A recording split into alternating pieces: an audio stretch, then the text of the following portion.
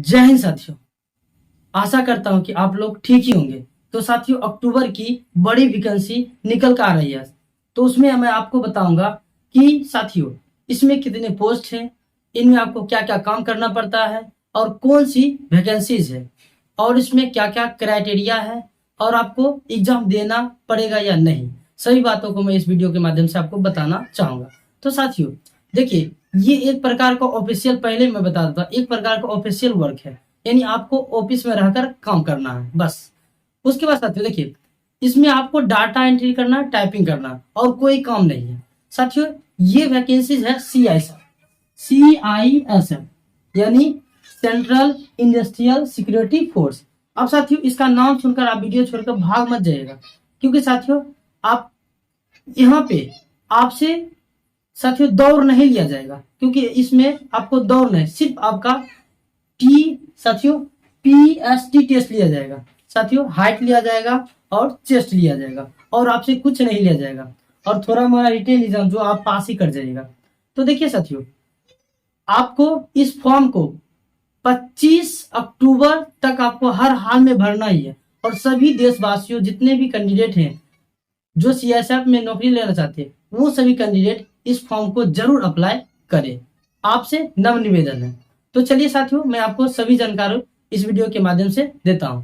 तो देखिए, इसमें कुल CISF साथियों ये सेंट्रल मिनिस्ट्री पोस्ट है, इसमें दो पोस्ट दिया गया है।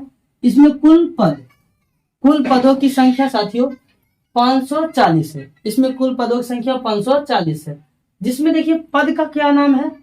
तो साथियों पद का नाम है, मैं आपको पहले ही बता चुका हूं साथियों, यहाँ पे HC लिखे हमने, हेड कांस्टेबल। इसकी पोस्ट की संख्या है 418। ठीक है, उसके बाद दूसरा नंबर है ASI साथियों एस्टेनो, यानी साथियों ASI एस्टेनो, इसमें कुल पोस्ट की संख्या है 122। अब इसमें क्या होगा, हेड कांस्टेबल में साथियों आपको सिर्फ ऑफिशियल वर्क करना है, बस टाइपिंग भी करना है, फाइलर बनाना है, ठीक है, और दस्तावेज को टाइप करना है। उसके बाद साथियों ASI एस्ट्रोनो में भी आपको सर यही करना है, आपको टाइपिंग करना है और सभी फाइल को अरेंज करना है। ठीक है, अब देखिए अप्लाई डेट कब तक है। तो साथियों 25/10/2022, यानी आप 25 तारीख तक, अक्टूबर 25 तारीख तक इस फॉर्म को आप जरूर भरिएगा। सभी साथियों भरिएगा, पूरा ऑल ओवर इंडिया इस फॉर्म को भर सकता है, लेकिन उसके लिए कुछ क्राइटेरिया है। अब देखिए साथियों, इसमें इस एप्लीकेशन को भरने के लिए, इस CISF के एप्लीकेशन को भरने के लिए इसमें फी कितने लगेंगे। फी जनरल हो, OBC हो, चाहे साथियों क्या हो, EWS हो, इसमें कुल फी की रुपये होंगे साथियों, फी होंगे 100 रुपये।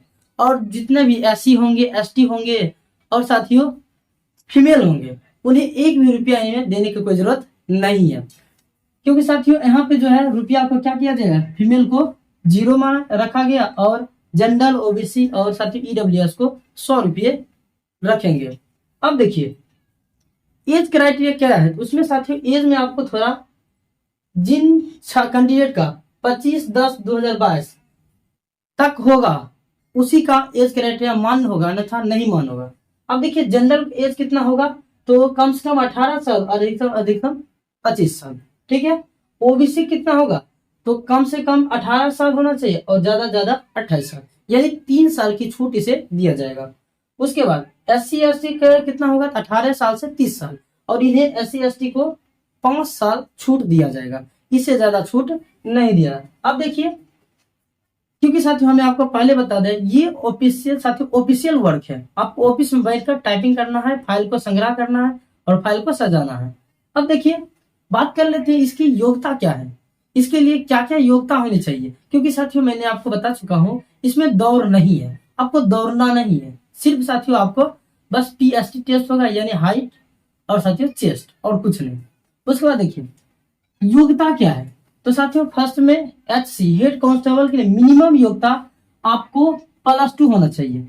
उसके बाद ASI एस्टोनो के लिए आपको +2, यानी दोनों में +2 आपको होना चाहिए। आप चाहे साइंस बैकग्राउंड से हो, चाहे आप आर्ट्स बैकग्राउंड से, या साथियों आप इकोनॉमी, यानी आप किसी से भी हो, चाहे आप साइंस से हो, चाहे आप आर्ट्स से हो चाहे आप कॉमर्स से हो, आप किसी भी बैकग्राउंड से हो, आप 12th पास होना जरूरी है। अब परसेंटेज यहाँ पे मार्क नहीं लग, बस आप 12th पास होइए, चाहे आपको कितनों मार्क्स आए उससे कोई कितनों प्रतिशत आए उससे कोई दिक्कत नहीं, आप पास होना चाहिए। अब देखिए इसके लिए कुछ क्राइटेरिया है हेड कांस्टेबल की है। तो साथियों हेड कांस्टेबल आपको बनना है तो इसके लिए आपको साथियों हिंदी या इंग्लिश टाइपिंग आना चाहिए। अब हिंदी टाइपिंग के लिए आपको साथियों 30 वर्ड पर मिनट होना चाहिए।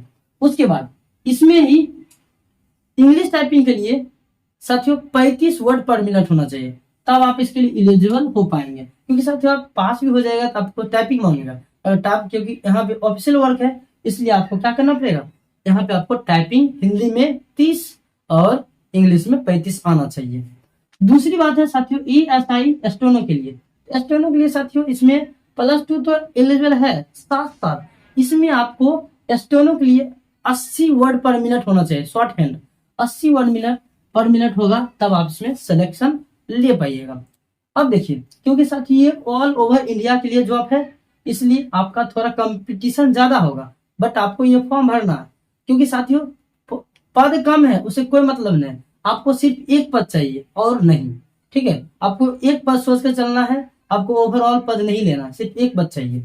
अब देखिए सिलेक्शन प्रोसेस क्या होगा। तो साथियों सिलेक्शन प्रोसेस के लिए सबसे पहले आपका PST टेस्ट होगा, यानी साथियों हाइट होगा और चेस्ट, यानी हाइट आपको नापा जाएगा और आपका चेस्ट नापा जाएगा, चाहे फीमेल हो चाहे मेल हो। लेकिन साथियों यहाँ पे जो फीमेल होंगे उनका ऐसा नहीं किया जाएगा, सिर्फ उसका हाइट देखा जाएगा। अब देखिए उसके पहला तो आपको हाइट और चेस्ट नापा जाएगा। दूसरा क्या होगा प्रोसेस, दूसरा प्रोसेस है साथियों आपका डॉक्यूमेंट वेरिफिकेशन, ठीक है। 12th लेवल पे जो भी डॉक्यूमेंट होंगे आपसे मांगा जाएगा। उसके बाद आपका रिटन टेस्ट होगा और आप इसे इजिली पास कर सकते हैं, ठीक है साथियों, आप इसे एकदम इजिली पास करते हैं सर। उसके बाद चौथा है टाइपिंग टेस्ट, साथी आपका यही मेन है, ठीक है साथियों।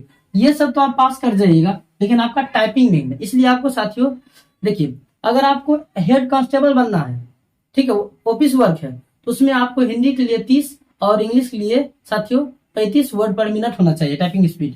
लेकिन एस्टोनो आपको बनना है आपको 80 वर्ड पर मिनट शॉर्ट हैंड आना चाहिए, तब आप बन सकते हैं। तो उम्मीद करता हूं समझ गए होंगे। देखिए अब बात कर लेते हैं साथियों फिजिकल एलिजिबिलिटी क्या है, यानी हम फिजिकल योग्यता क्या है। तो आपकी हाइट, अब देखिए मेल की हाइट कितनी होनी चाहिए, तो मेल की हाइट 165 सेंटीमीटर होनी चाहिए। उसके बाद फीमेल कैंडिडेट कितना होना चाहिए, तो 155 सेंटीमीटर होना चाहिए, ठीक है। देखिए और एसटी मेल के लिए कितना होना चाहिए, तो 162.5 सेंटीमीटर। उसके बाद एसटी फीमेल के लिए कितना होना चाहिए, तो 150 सेंटीमीटर होना चाहिए, इतना तो होना चाहिए।